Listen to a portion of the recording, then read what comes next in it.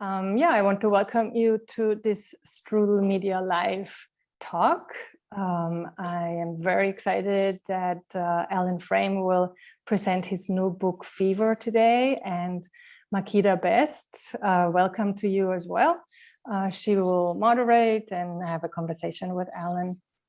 My name is Anja. I'm Anja of StrudelmediaLive. We offer live online photography classes for people around the world. And Alan is one of our fabulous teachers.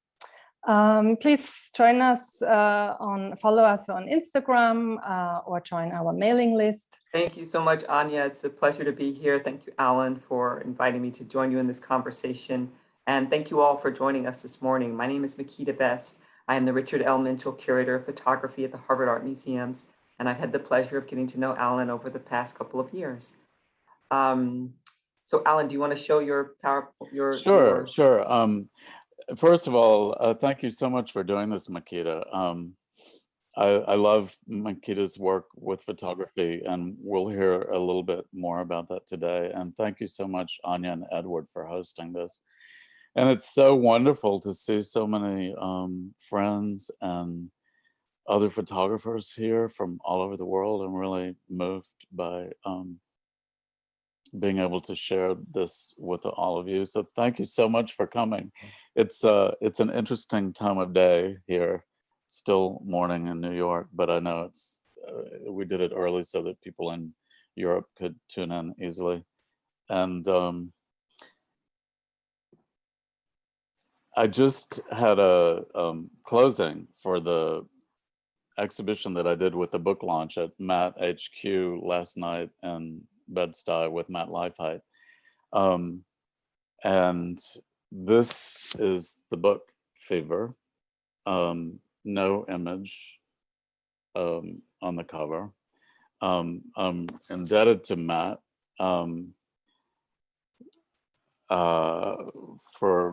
with the designer that he has worked with, Kun Choi, with all of their interesting ideas, including using color paper at the beginning and at the end, the green and orange, which were echoing the palette of some of the beach pictures in the book. The way that this all, here's one of them, just to talk about that palette. In fact, this particular sort of coral colored towel was something that we thought about in terms of this palette of the pages of the book. About a year and a half ago, I was invited by a young artist in Zurich who's not a photographer, named Miriam Laura Leonardi, to have a solo photography show in her studio, which is part of a studio complex in Zurich that's very known. And Miriam and I met in Rome when we were both doing residencies. I was doing one at the American Academy. She was doing one at the Swiss Institute. And I could do anything I wanted with this show. And I really thought about what might appeal to her younger generation in Zurich. And so I was thinking about the 80s. And there was this body of work all shot in 1981 that I had really never released. I had made a very few prints from it, and maybe a couple of them were shown in a show in the East Village in the mid 80s. But otherwise, nobody knew this work. And I used to get it back from the lab with little 4x6 prints like this, which I still have, and they've sort of faded in a warm way. And I would get friends and people in the pictures to initial, I don't know if you can see, to initial the back if they liked it. And so I used to shuffle through these prints all the time, but I went from this body of work in color, which was this sort of sudden burst of color, into black and white again, which I had been mostly doing before this, because I was making a lot of work in low light situations and black and white was more conducive. But in the moment in which I decided to do all of this, I had just had a show in early 1981 at Jane and Jeff Hudson's space in Soho. And it was this gritty black and white body of work that a lot of people don't know either, that I made in Mississippi after returning to Mississippi, where I grew up, after going to college at Harvard. And maybe wanting to do something different after that show was up for almost 3 months, and I did a lot of programming with it. And maybe in reaction to all that gritty black and white, I don't know exactly why I did all this color that year, but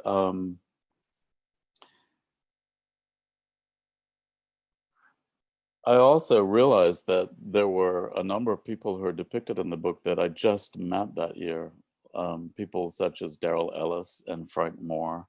Others I had known from Boston. People like Butch Walker and Nan Golden had moved to New York at the same time that I had, which was around 1977. So by 1981, 4 years later, I had developed a circle of friends who were mostly artists, writers, actors. Butch was an actress. My friend Katie Nolan was an actress when we first met.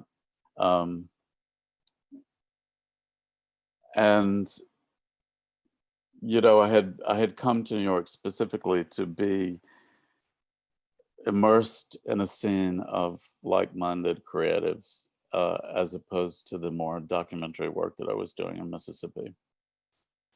And so that world felt very rich and full of people to photograph by this point in 1981.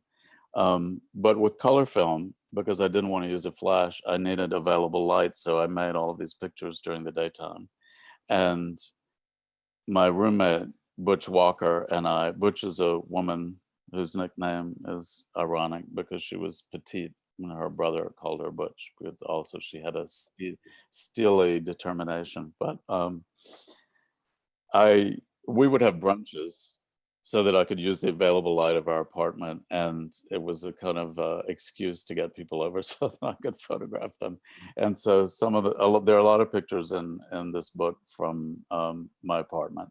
And then there are others in other people's apartments and studios, and at the beach, Jones Beach, one of the Brooklyn beaches. The style of the work was kind of snapshot aesthetic, which I had begun to do when I started studying photography in Boston and Cambridge in like 1973, 74. And Larry Clark was a big example of that idea of photographing the context of your friends. Nan Golden, of course, was doing that from the beginning. Our mutual teacher was Henry Hornstein, who at that time was doing that, doing portraits of his family and friends. And later he became more of a documentary photographer and so on and so on. But that aesthetic was not legit yet. It really, Larry Clark and Nan and Larry Clark is not really thought of so much as a snapshot aesthetic. It's just more as a classic 35 millimeter. But Nan was often talked about as a snapshot photographer. And she was in New York for 8 years before her book came out. And people don't realize how long it took for that aesthetic to be legitimate in photography. It was considered too casual, too personal. Even though personal documentary was a thing of the 70s, but still to photograph so intimately and personally among the circle of your friends was just considered something reserved for your photo albums. I'm gonna share my screen now and show you some of that work.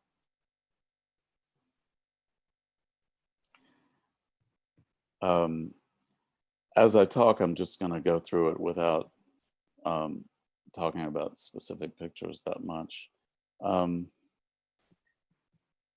In the book, I decided to interview 8 of the people who are still living, because a lot of the, I mean, quite a few of the men in this series of photographs died later of AIDS, and some people are still alive. And I interviewed 8 people about this year, about what they remember, about each other, about what it felt like to be a young artist in New York in 1981. This is Daryl Ellis, and this is my apartment on Perry Street in the West Village.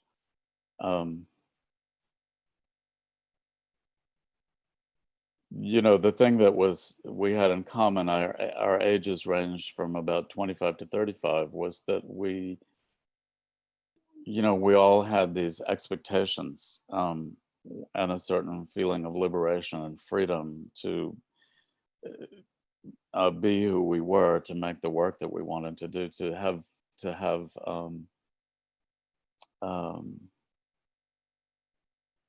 hopeful aspirations. And New York was relatively inexpensive then, much more so than today. A couple of people had moved to New York, like David Wilson had studied in the UK, who's Scottish, and Jody Gorelnik there, who is American, had studied in London, and she knew David from there, and Jane Warwick, who comes into it later, also had studied in London. But it was inexpensive. This is my roommate, Butch. We were both doing apartment cleaning to survive, doing basically as little as we had to get by and pay the rent, which was very cheap, so that we could devote our energy to our creative work. And she was taking acting classes, and I was, you know, photographing. Color film was more expensive. So this is me photographing Nan Golden on her 28th birthday. Nan and I met, as I said before, in Cambridge, where she was a full-time student at the school called ImageWorks. And I was taking classes there, and we met there. And this is Butch with the artist Katie Nolan, who was just beginning to work in sculpture, having come from acting. But anyway, the film was more expensive. So if I shot a roll that I didn't think was that good, or I wasn't excited about it, I would just put it aside. And by the end of the 80s, I had this bag of about 60 rolls of film that I hadn't processed. And even though I'd refrigerated them as much as I could, I worried that they might not hold up. So I processed a couple of rolls to test, and they had streaks through them. So I just threw the whole pack away. But when I was excited about work, so I felt some excitement with all of these pictures that they exist and they got processed. You know, I would process them, and then I would get back those little prints instead of contact sheets. And then making the prints was expensive too. So I went to a lab and did that a couple of times, but basically the first time I printed all this work was this year for the book. It was very exciting to do that. I did it with the lab, My Own Color, and Cooper Winterson was the printer, and I would go in and confer with him about every print, because some of the negatives had faded, and they hadn't faded consistently, so there would be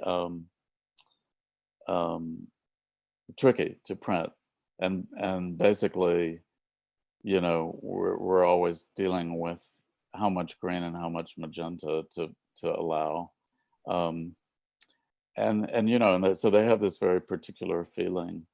So, Alan, maybe you could share, as we're looking at these, about the title. How did that come to you?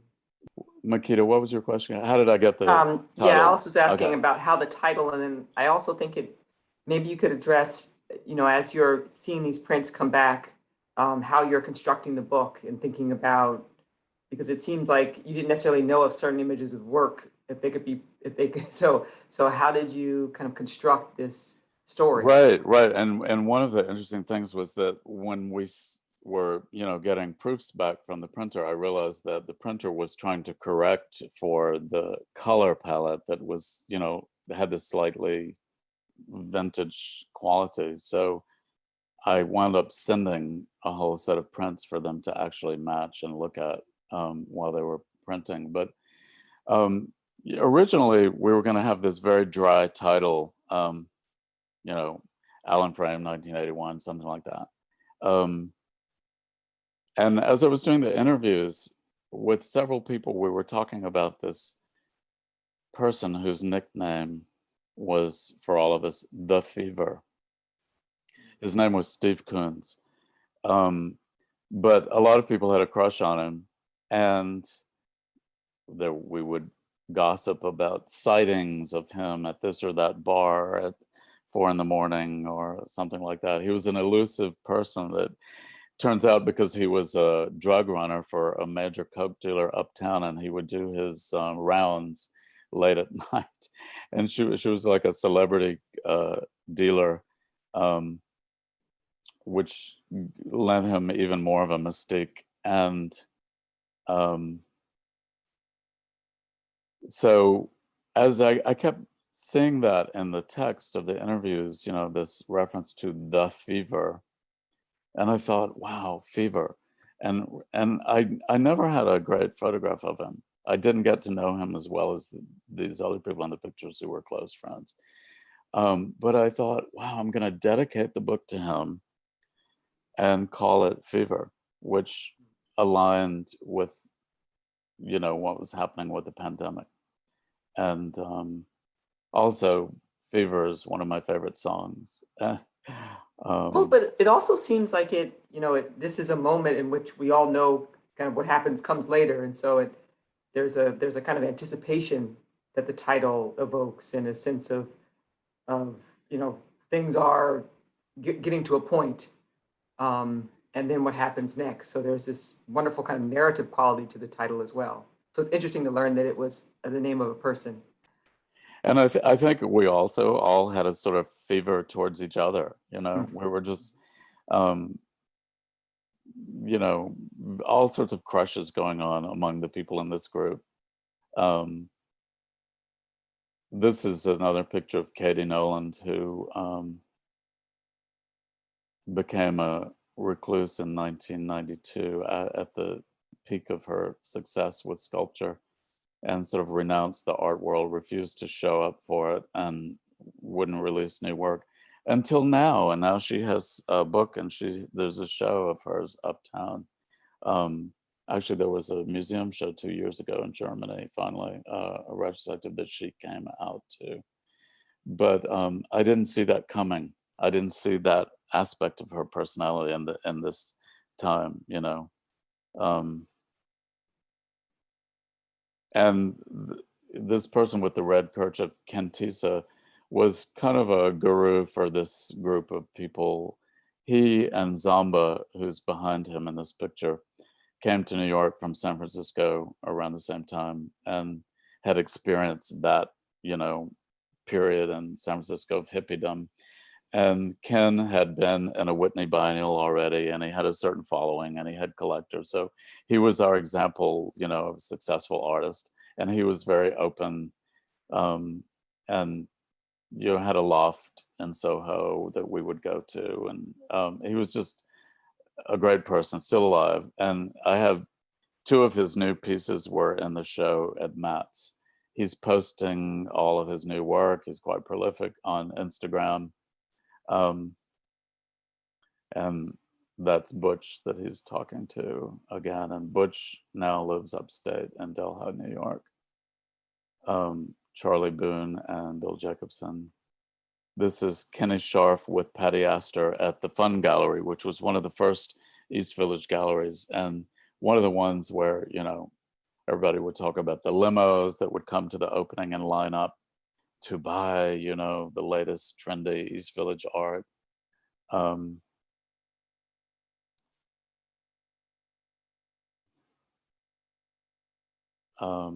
Let's see. Makeda, do you have other questions? No, I was going to say, what was it like to revisit this work artistically, personally? It seems like, you know, I love how there are so many doors and windows, and there's this sense of someone coming in, and there's this suspense that's there, like who's going to be there, but also there's a sense of privacy.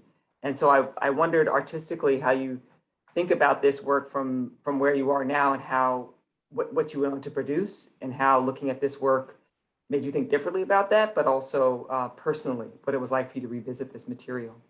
It's very strange, actually, to land on this work and have all this excitement about it right now, because on the one hand, it's so familiar, you know, the way that I used to shuffle through those pictures and really contemplate them and think about which ones worked and so on.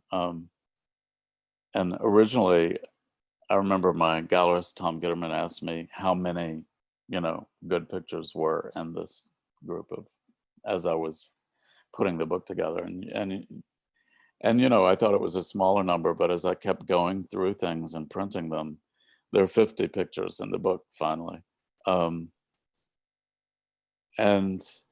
And yet at the same time, because it's been so many years, I feel detached from it. And it's just like this sort of gift that's kind of landed, that, oh, a new body of work that nobody knows that I can release, but I didn't work on that in the last 5 years, you know? It just sort of came out of the blue.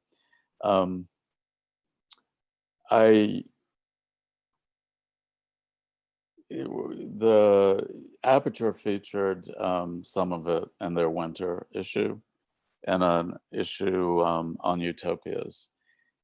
And that was an interesting perspective for me, to think of it as utopian, because that has to do with the irony of it, this year, 1981, which was pre-AIDS for us in New York. We weren't thinking about that, although it was the year that the first article about that appeared in the New York Times, and Larry Kramer and friends started Gay Men's Health Crisis to deal with the fact that so many of their friends were getting sick. In this circle of friends, people really didn't get sick for a few more years. So it was not, you know, it was not something that was happening, but the irony of the sort of upbeat feeling and joy and palette of this work on this cusp of a decade that was horrendous for many of us, and, you know, in which so many of these people in the pictures would die. It's interesting, this woman in the picture, Jane Warwick, after Butch, Jane moved into this apartment. We were roommates for a while. And although she was mostly doing conceptual writing with photography, and she'd gone to the Royal College of Art, she was photographing too, and she never printed her pictures from that period. And because of the book and seeing all of this, and there's an interview with her at the end of it, she has digitized her black and white pictures from that period, and they're fabulous. They look like movie stills, but black and white with all of it. So it was kind of exciting to see that from her too. I never really thought of her as a photographer, and wasn't aware of all that she was doing. You've spoken about working. I mean, you are a person of many talents. You've made films, you've made other books. Your other book, Detour, for example. What is it like for you to work in the book form? How do you see that as a space of creativity and expression? I was never that much of a book person, so I had my first book late because the gallerist that I was working with in Zurich thought I needed to have a book. And he found a great publisher in Zurich who was going to do a big book of my work in 2001, and that publisher died. It was about 54. He had a heart attack in his rose garden, and it, that was devastating. But then we found another publisher, which was Kara in Germany, and I didn't have a whole set of ideas about what a book should be, but I had a lot of books. So I started looking at them with that in mind and figuring out what my aesthetics actually were around the book. And we did a pretty classic book with Detour. He was a very experienced designer, the publisher, Klaus Kara. I think it was the last one of his own books that he designed, but he had, before that, been a designer, and he'd been on press a lot, so he knew a lot. And we did it the week of 9/11. I showed up in his office to work on Detour the day of 9/11, and he said, he was busy. Sit down at the computer. I'll be with you shortly. And I sat down, and I got this email right at the time that the attack was happening from a friend in New York, letting me know about it. So then, I was tuned into that as we put Detour together for the next week. It was very dramatic. And then when I launched Detour in Zurich the next month, it was also, post 9/11, a time of a lot of bankruptcies. And I was at the airport to meet a friend flying in for that show, and all of Swiss Air's flights were canceled because they went bankrupt. The whole thing was, super dramatic. And of course, people were emailing me from all over the world, thinking that I was in New York and wondering if I was okay. Since, doing Detour, I've, paid more attention to books, and it's definitely an era for books. I wound up doing Fever with Matt Editions because when I came back from Zurich, Matt asked me to do a talk in his class at Pratt. And at the end of it, he said, let's do a book together on this. And I was like, great. Because I had, Matt is in his early 30s. He's done about 4 or 5 other books, but he's been doing a magazine since he was an undergrad at RISD, a magazine called Matt. And each issue is a monograph devoted to a single photographer, and they're usually very emerging photographers. And it's something that I really appreciate about Matt, that he doesn't wait for things to be vetted. He takes a lot of risks, and he just, goes after what he wants to do and what he wants to promote. He had curated something for the Camera Club of New York when I was on the board there, when I was, president of the board. And then I had invited him to my class. He had helped us with benefit auctions. And I'd been following all the things that he'd done, as well as his own work, which I had written about, his series on Fire Island. So I was delighted to work with him, and also excited to work with actually the generation that was the generation of I was when I made these pictures, and the generation of the people in the book. So a lot of the cool ideas of the book are his and the designers. The designer, in fact, created his own fonts, which he used in this book. And I thought that, like, my book ideas would probably tend towards the classic, like they did with Detour, but I wanted them to have fun with it. And I remember the moment in which I decided we should call it Fever, and we all had to confer about that and consult other people, and is this a good title? And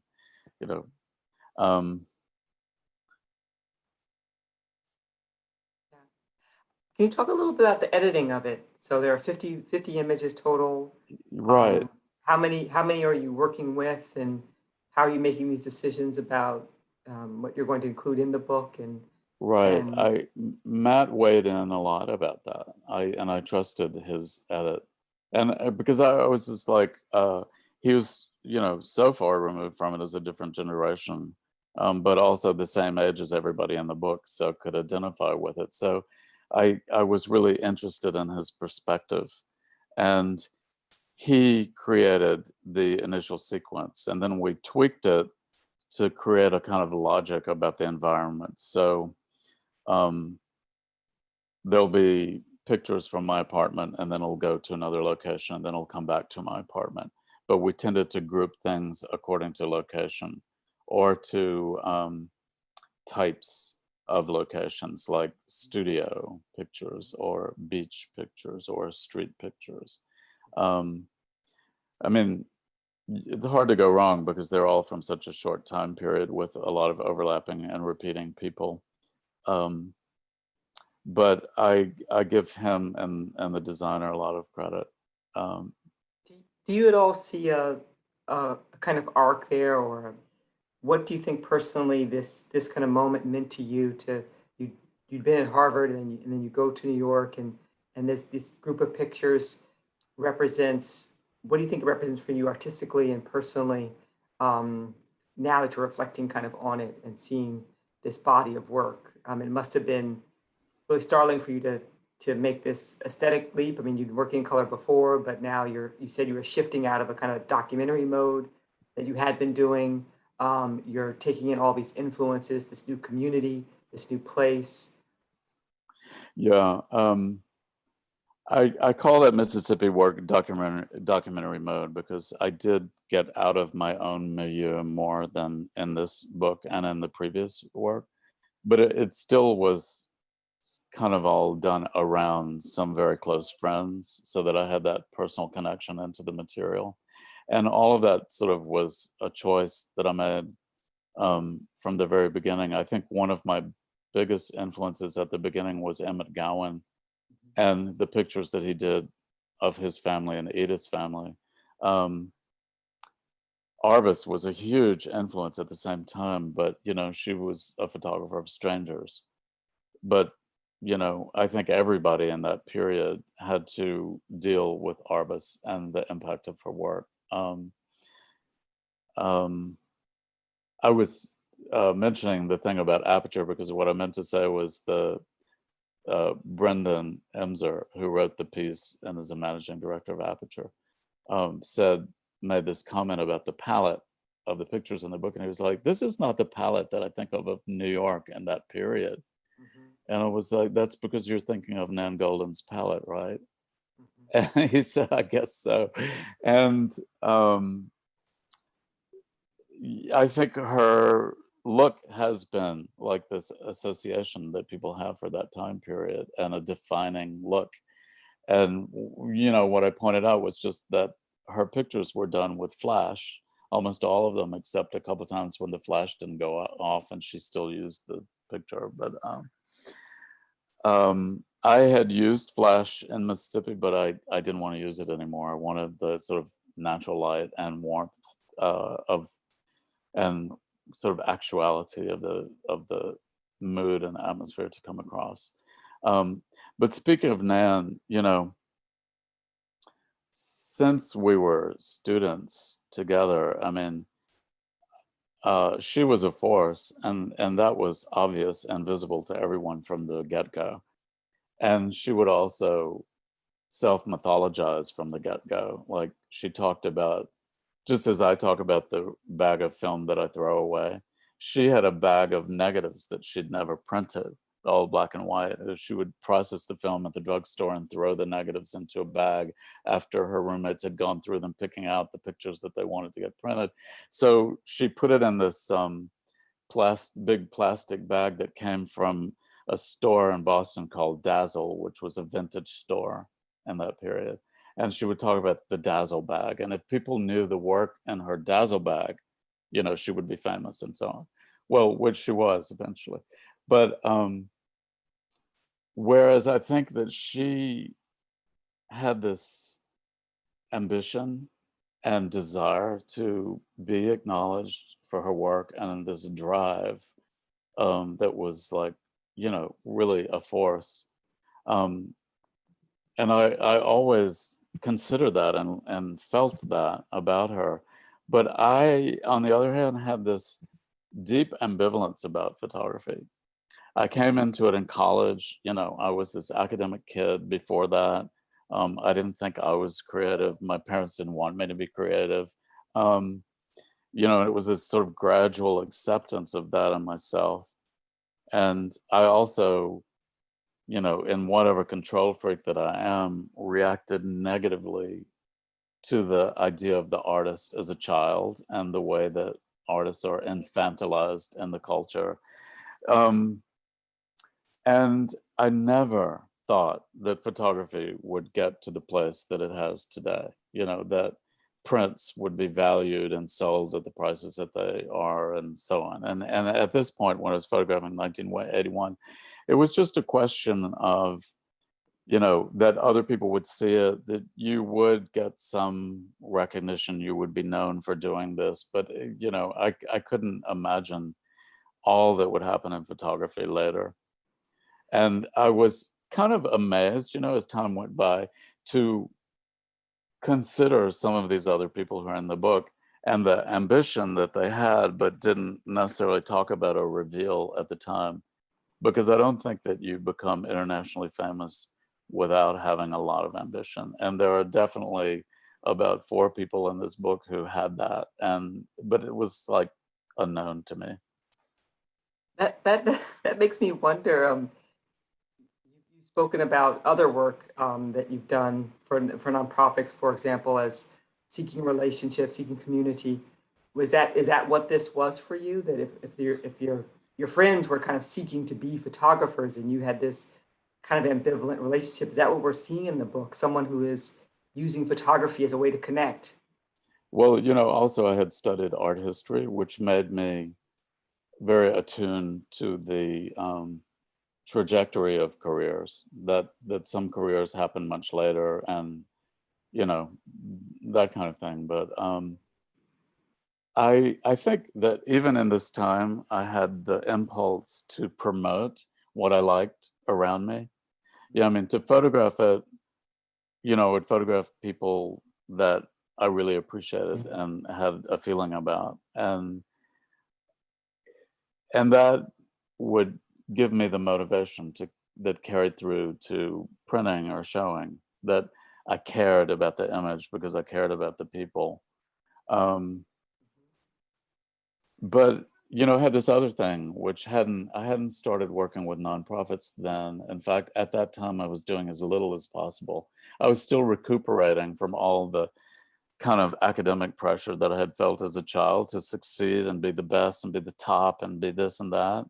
And once I, you know, let go of all that and tried to get in touch with my creative side, I just wanted to be as free as possible. So I sort of checked out and didn't want to be saddled with any responsibility. But at this time, right at the end of 1980, I curated a big show of work of about 15 people in this alternative space in Tribeca, and the opening was packed. I mean, people came, but it was, you know, the first or one of the first shows for people like Nan, Bob Gober, Kenny Scharf, um, and I remember that Alana Heiss, who was then director of PS1, came to that opening and came up to me at that opening and said, "When are you going to curate something for us?" Which was, you know, like this amazing opportunity. Like Diego Cortez curated that great New York show at PS1 around that time. Here was a door opening, and I said, um, I don't want to curate. I just want to do my own work. This is an anomaly. I'm just doing this one time. And then basically, like, you know, I did it again 5 years later when Butch had her own gallery. And not until I was in my 40s and in the 90s when I was teaching did I really get involved with nonprofits, which I did then heavily get involved. And that actually put me in touch with younger generations. So first I was a gallery director at PS 122 and got to know, you know, all the artists who were coming through there who are still friends of mine. And then I started a space in Memphis called Delta Axis and curated a lot of shows for them. And then Camera Club, and turning Camera Club into Baxter Street. And so all of that came later, and it's addressed something that otherwise would have been missing, which is, you know, contact with people, contact with other artists, you know, like significant and meaningful kinds of contact, and my interest in supporting other people's work. Yeah, you see the kind of the sharing and caring throughout other aspects of your work as well. There's a great question in the chat that I just saw. Let me go back up to it. Oh, what were your artistic influences at that time in New York City? I think you mentioned some, but did you connect with World's Factory or the punk music scene? The Factory, you know, Warhol and the Factory. I mean, I think a lot of kids in America, especially gay kids, had this idea that all they needed to do was go to New York and go to the Factory, and they would get into a scene and be discovered. But you know, by the time I moved to New York in the late '77, you know, a lot of the energy of that was not really happening anymore. And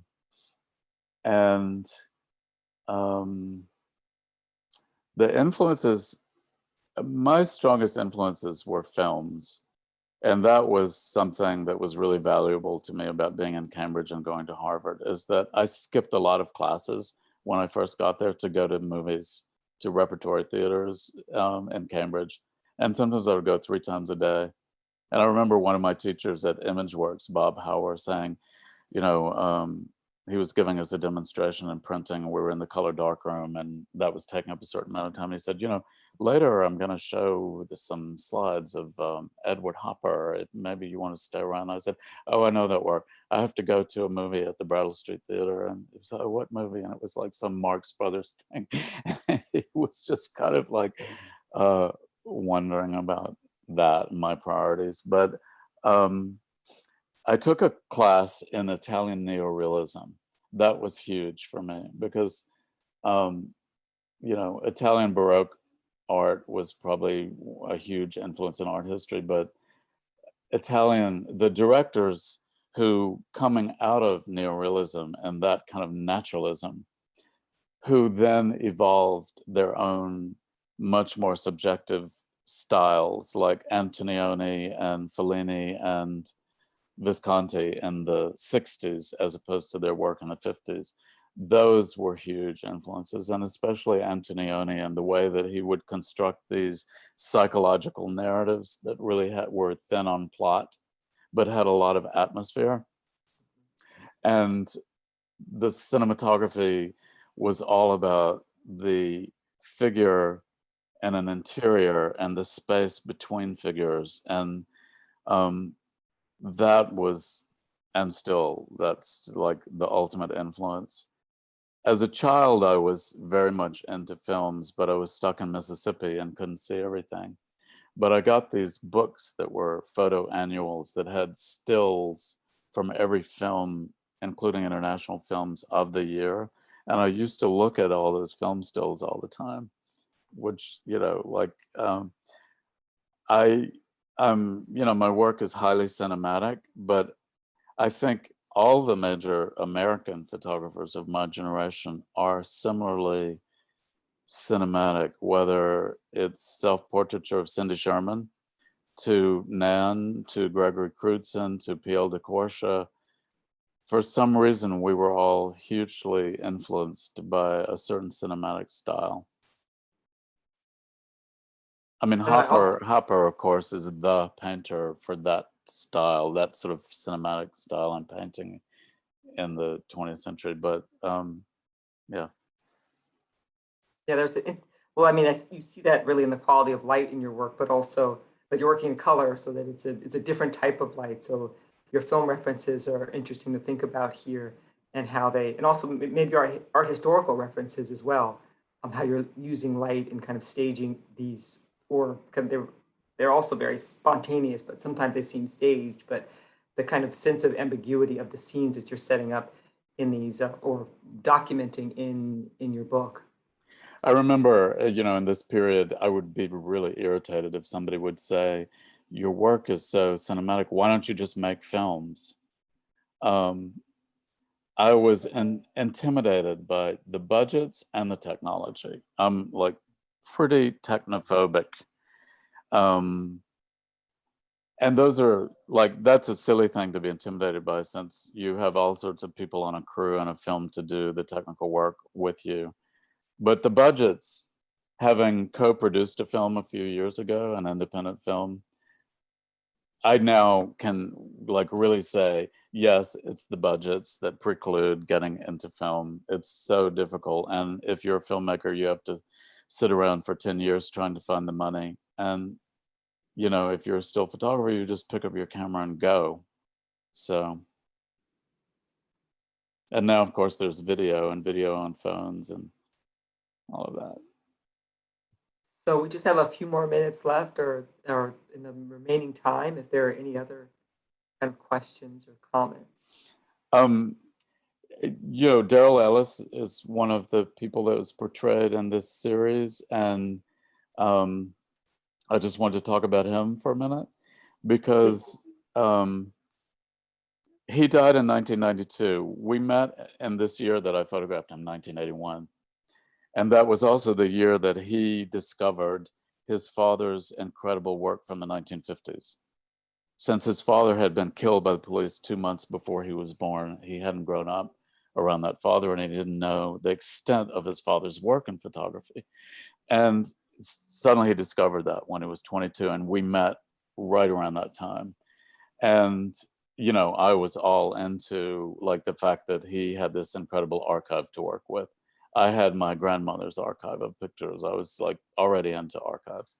And, you know, I followed his work. We were both in that show in 1989 that Nan Golden curated among her friends of artists responding to the AIDS pandemic that got so much attention. And Daryl's work was used for a lot of the publicity in that show.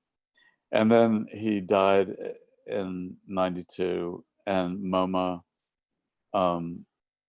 put him in their new photography show posthumously that year. I curated a show of his work in 96 at Art in General. And his family owns the work, but I've been storing it and advising them. I've been storing it since he died and advising them about it. And for 15 years, we didn't do anything with the work. And then suddenly it came out 3 years ago when Osmos and the East Village did a show. And then now, after all these years, I found this wonderful gallery, Candice Mady on the Lower East Side, who just did a show of the work last month. And there's a museum tour being scheduled to open in 2022 at the Baltimore Museum and then the Bronx Museum. And then leading up to, you are going to be working on a show of his work at Harvard. Yeah, very excited about that. This has been really wonderful to hear you speak about it, Alan, and to really enrich our understanding of what this moment was and what this book means. And so many of the comments in the chat really speak to the ways in which the issues that you're discussing resonate to this contemporary moment. And so that's really just wonderful to hear you speak more about it. Thanks so much. I appreciate your doing this. And Anya, thanks so much for hosting. I see the questions about how to get the book. And if you go to the site of the publisher, matteditions.com. I posted it into the chat. Okay, great. So it's in the chat right now. Are there any other questions from anybody? You just want to give you one more opportunity. I actually have a question for Alan. Yes, Edward. Hi. So, you know, as I was looking at your images earlier before this, and just also today, and thinking about how cinematic they are, and that was really fascinating to hear what you were saying about the influence of the different filmmakers that you were watching in those days, and also that so many photographers at that time were having kind of a cinematic point of view. I was wondering, how would you this is something I always struggle with. How do you define what cinematic is actually as it relates to photography? Somebody wrote a great book about that, actually. What's her name? Anne Hollander, about in the 90s, I think it was in the 90s, who wrote this book. What is it called? I think it's called Moving Pictures, in which she traces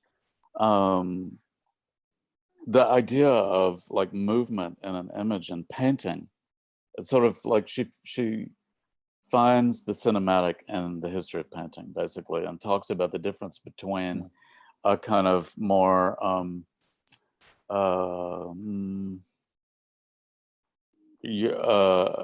like a type of painting with a lot of structure and less movement versus the kind of painting that particularly emerges in the Baroque, and that you see, you know, that where movement is created by light and where it falls and shadow, and that alternation between light and shadow. And she, and I never see that book referenced, but I mean, it's a great argument. And so it's basically a kind of seeing and image making that precedes photography and film. And of course, in film, there are the great directors like Ho Xiaoshen who, you know, use a stationary camera, and everything sort of unfolds in front of it, versus the filmmakers who move and have their, you know, and whose figures and the image move in a certain way to create that movement, which is the thing that I'm all into. But I nevertheless appreciate some of those great filmmakers who do the other thing. And you know, they're also great still photographers who are very still. In fact, I was thinking about that stillness in some of the work of young photographers who are being celebrated today, like the stillness in the studio work of Paul Sapuya, which I think of as being, you know, classically studio as opposed to cinematic. And yeah, so anyway. I thought that was really interesting that you were mentioning all these artists in that time that were influenced by films, because, you know, there are film critics like Armand White who say that was the golden age of the love of film. You know, when people, like, there was a kind of a general generational thing that people loved movies, and now there are so many other things going on that in not the golden age of film, but the golden age of the love of film.